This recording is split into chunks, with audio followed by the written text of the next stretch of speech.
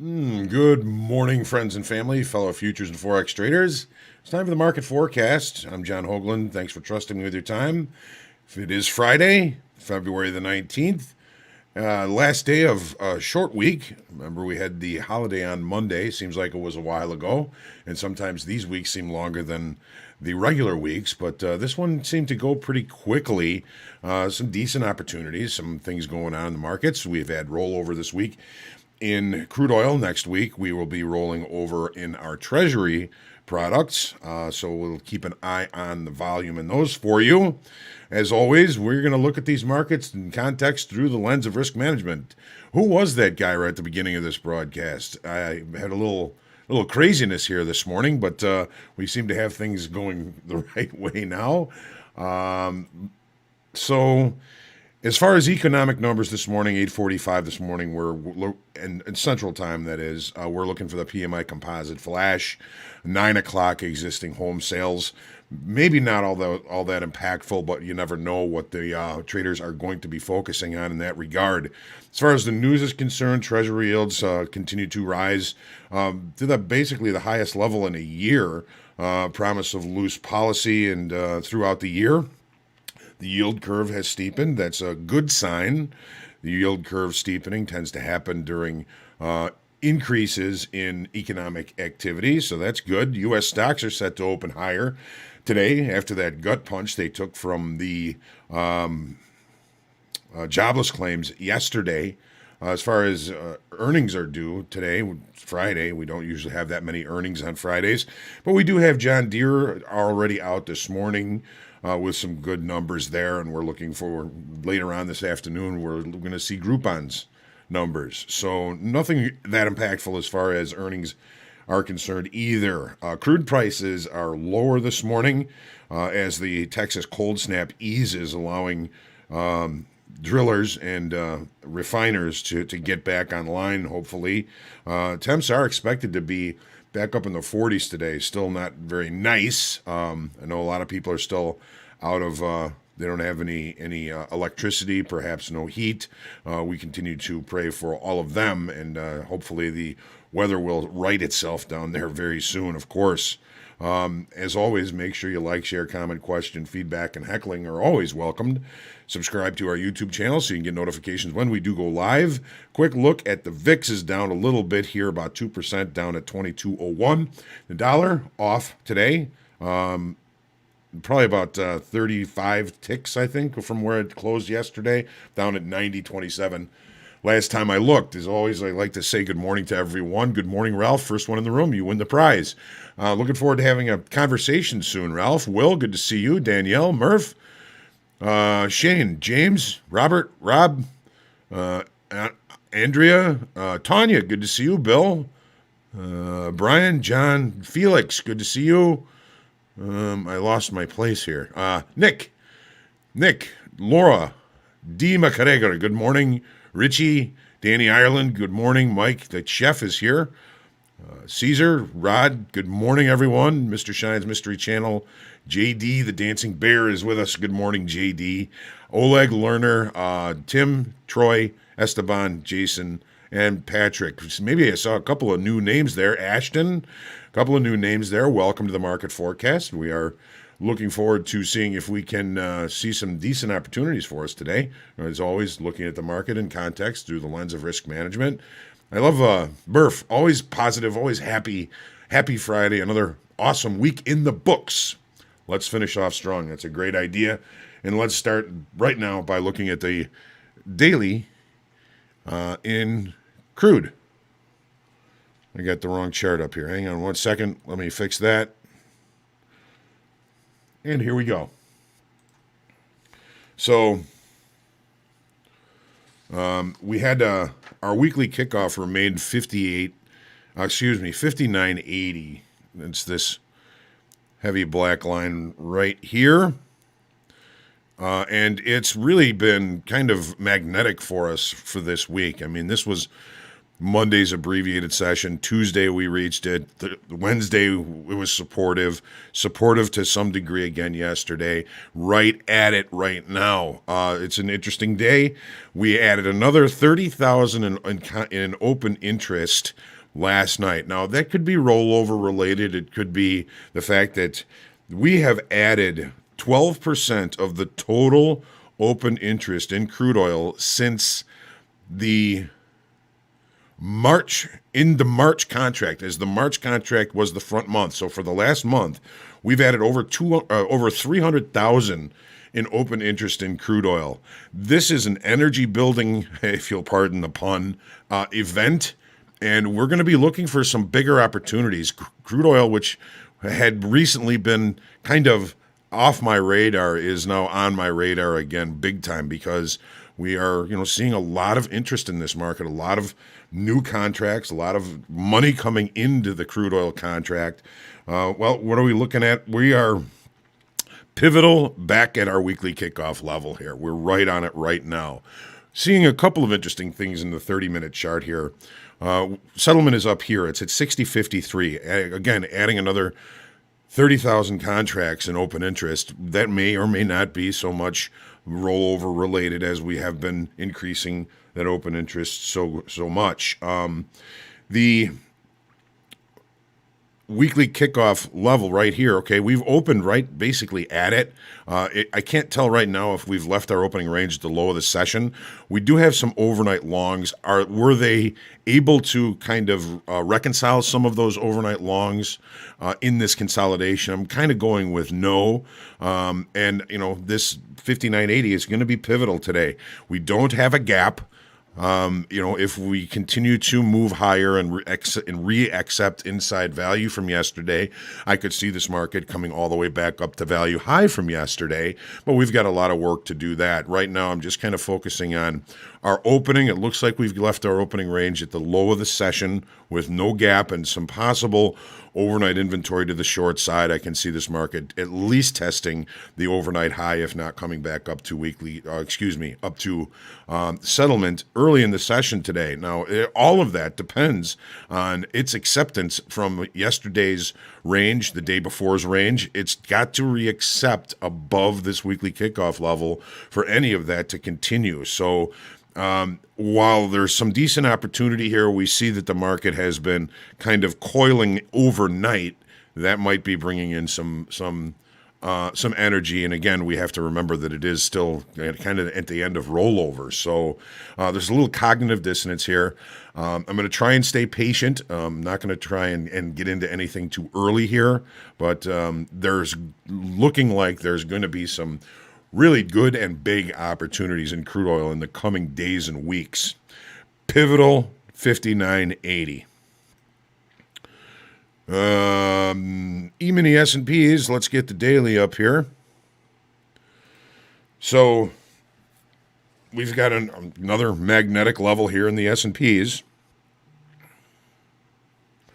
We are going to make this so everybody can see it. We have been wrestling all week. It's kind of similar to what crude oil has been doing. Basically, the last 4 sessions, including today, we are basically kind of magnetic towards that weekly kickoff, 39.20. It's a previous weekly kickoff level. It's it should be kind of grayed because it was last week's weekly kickoff.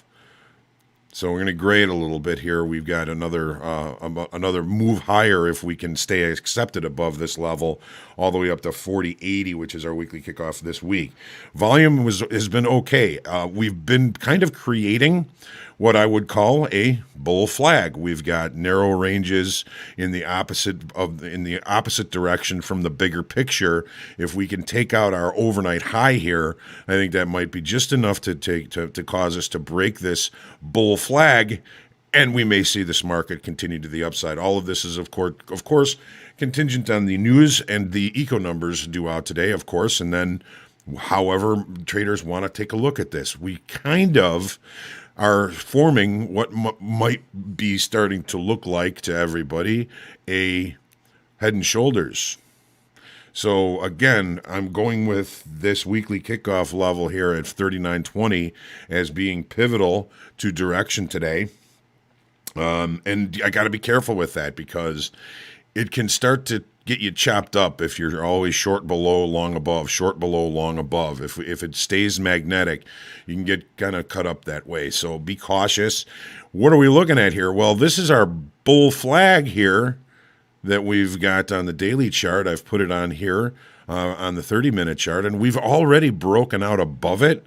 We're not even open technically yet. Our regular trading hours open at 8:30, and it looks as though we're starting to maybe have accumulated some short time frame shorts here. Are we going to open with a gap? Are we going to open above this level? These are all going to be things that I'm going to be looking at. If we open with a gap and we can't close that gap relatively early, that'll be yet another sign for me to look at an opportunity if I get a weakness up here above this level to look for a long for continuation to the upside.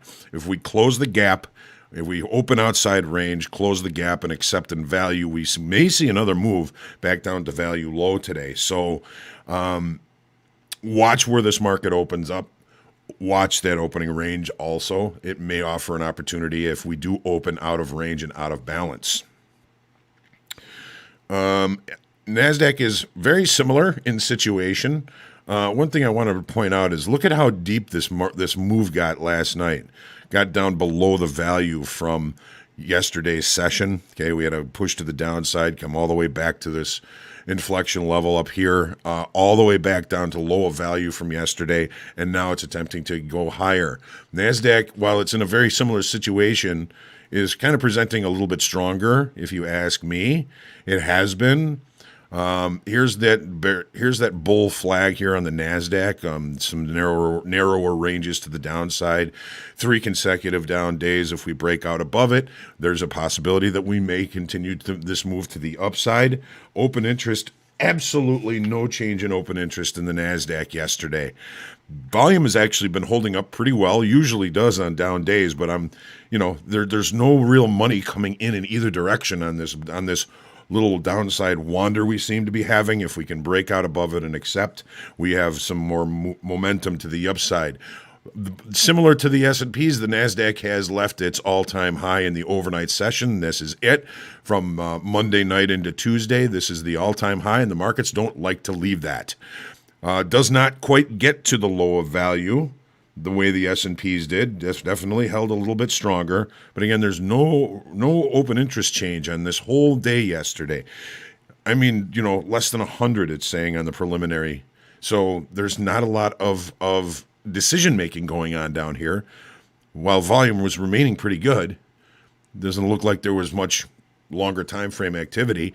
And again, we're going to be likely opening with a gap. If we open with a gap and we can't close the gap relatively early, we're going to see this market possibly start moving back to the upside. And the regular trading hour session has a bit of an ego. It doesn't like to leave all-time highs or recent highs or lows in the overnight session. It's not going to be outdone by the overnight session. So I've got my sights set on a new all-time high in a regular trading hour session, not necessarily today. That would be quite the move.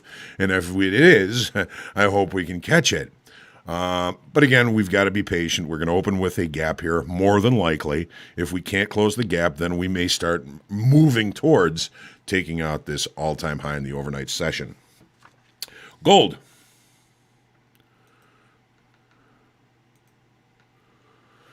Okay. Lower pricing seems to be cutting off volume now. We see this, move down here Tuesday, Wednesday, Thursday, continuing to try and push the market lower, but starting to cut off volume. Yesterday we lost 1,000 in open interest. Basically moot, very little decisive activity there. Today it looks like we're already on a path to outdo the volume for the highest volume of the week, possibly here, and we're seeing the market kind of coming back into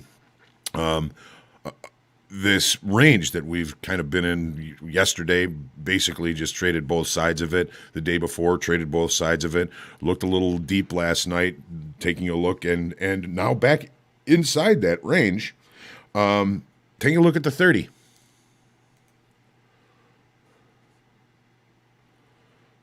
Pow. The market opens. Initially leaves the opening range at the low of the session, takes out that, comes back, opens kind of right at the bottom of value. Wasn't too long for this market to kind of come back in and recheck this area here to see if there's any business left to do. Basically trading from value low from yesterday to value high, taking out our overnight high, of course. And if I'm going to be looking for an opportunity from a longer time frame level, I've got one right up here at 1790. If that is offered to me, basically kind of holding off here at the range high from yesterday. These range highs, when the market is kind of range bound like this, offer opportunities to limit the risk, and that's really our job. Our job is to look for opportunities where we can limit our risk and we can expect possibly a much bigger profit target than what we have to risk to get into the trade. So I'm going to be kind of looking at this. There was a kind of a tough opportunity here as we opened and pushed down below this inflection level. Probably a pretty good temptation to get short there, and that may be partially why we've got this push to the upside, is we probably got some short time frame traders short in the hole here. They've now run for the hills. I'm going to stay patient because now we are basically in range.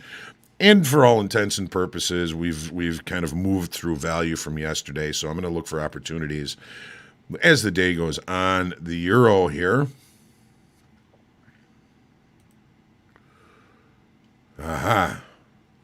So we had one close below that weekly kickoff low here in the euro, which was 120.57. Rejected yesterday. We're back centrally located between the weekly kickoff high and low in the range here. I'm going to be looking at short time frame rule, okay, short time frame control, because we are in kind of a range bound area. We looked lower. We didn't bring new business. We're back in the range. We're looking at short time frame control yet again. Open interest and volume yesterday, they failed to excite really any major decision making. We added 700 in open interest, a little bit lower volume off that low, but now here we are centrally located. Now, this is an interesting opportunity. The overnight inventory is substantially long. Was substantially long. It's already starting to reconcile that. Settlement is down here at 120.91.50, and the opening range is still the regular trading hour high. That opening range high is 121.41.50. If we can continue to hold below that, we're going to start to see some pressure on all of these longs that may be still holding those positions, and the more heat they take, the more aggressive they may become and take the market back to close the gap or back to settlement. If we put a bottom in here somewhere and we can't close the gap, I'm going to probably get out of those shorts and start looking at a possible opportunity to look for a long. Am I crazy? No. Let's take a look now at the 10-year. With rates rising, the 10-year holding below weekly kickoff. Time and volume are accepting of lower prices. Look at the volume that we put in here on Wednesday. It's a contrary move. We were talking about beware of the contrary move when the market is directional one way or another. We had that happen on Wednesday. We tested the inflection level here yesterday. We have the market continuing to look to the downside here today.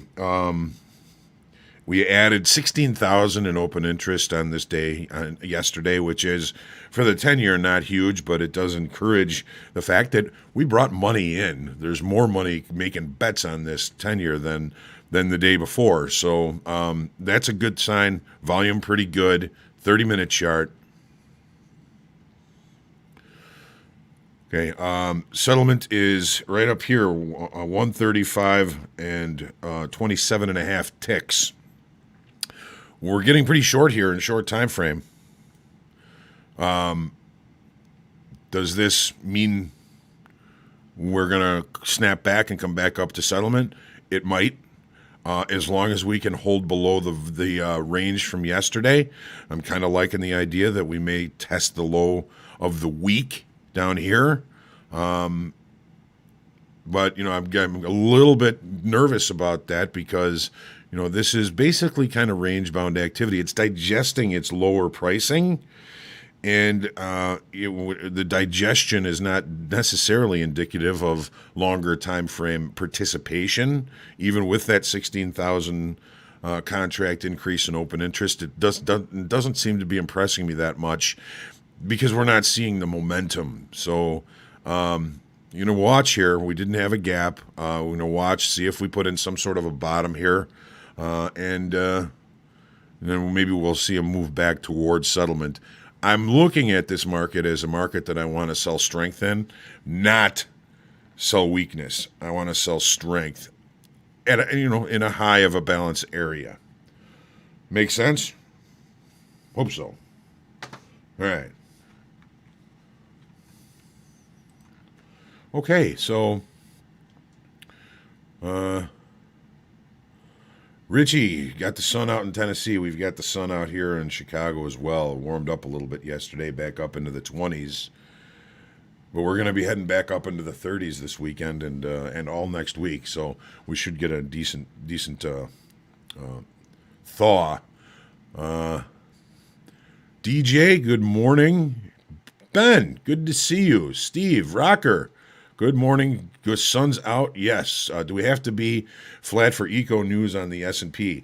Well, it depends. If you're in step 1 of the trading combine, no. If you're in step 2 of the trading combine, there are specific things that you're going to be looking for to be flat for in step 2 and in the in the funded accounts.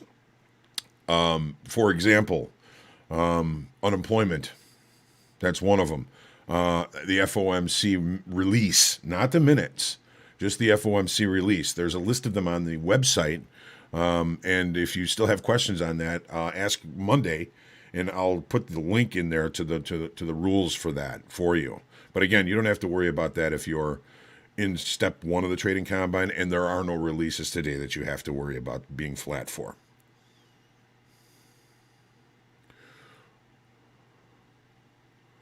Yep, that's it. Murph was saying, good.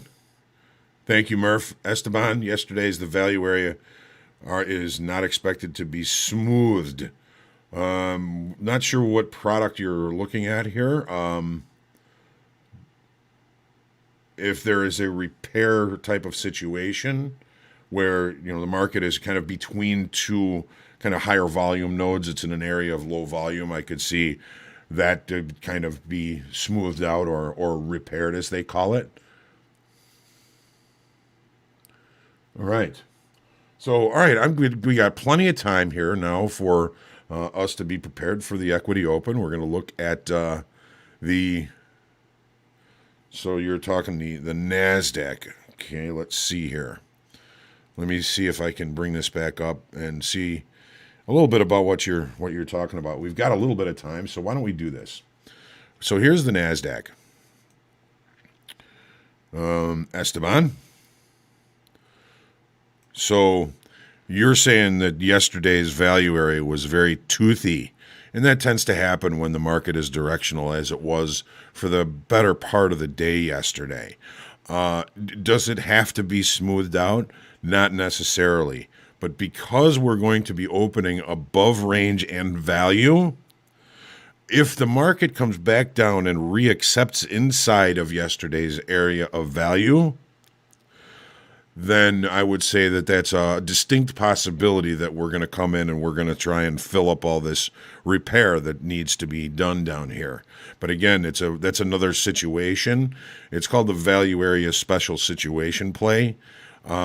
And it states that when the market opens outside the previous day's range and value, and you accept inside the previous day's value area, there's a probability, a higher probability, they say, that the market is going to potentially rotate all the way back to the low of value from that day. So again, opening outside range and value, we've got that. If we come back into range and value from yesterday and accept, that's a very subjective term.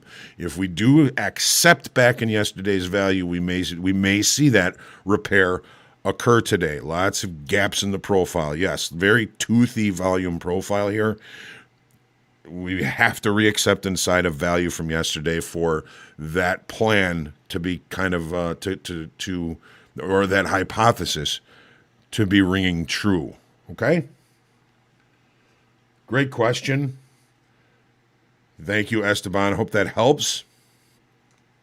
And let's take our deep breath and be ready for today.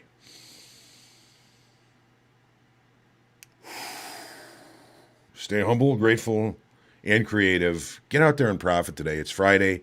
If you are up money, consider taking an early day. Do something nice for yourself. Do something nice for somebody else. Make sure you look out for yourself and others. Wash your hands. Have a good weekend. Get some good rest. We've got another full week next week. It's always going to be interesting. And I look forward to seeing you back here on Monday morning for the market forecast. No recap today being Friday. And we've got group coaching next week. And we should be having the coach's playbook also next week again. Sorry that we missed it this week. But we will look forward to seeing you next week. Trade well today. Make some money. Go home. Have a nice weekend. Be good now.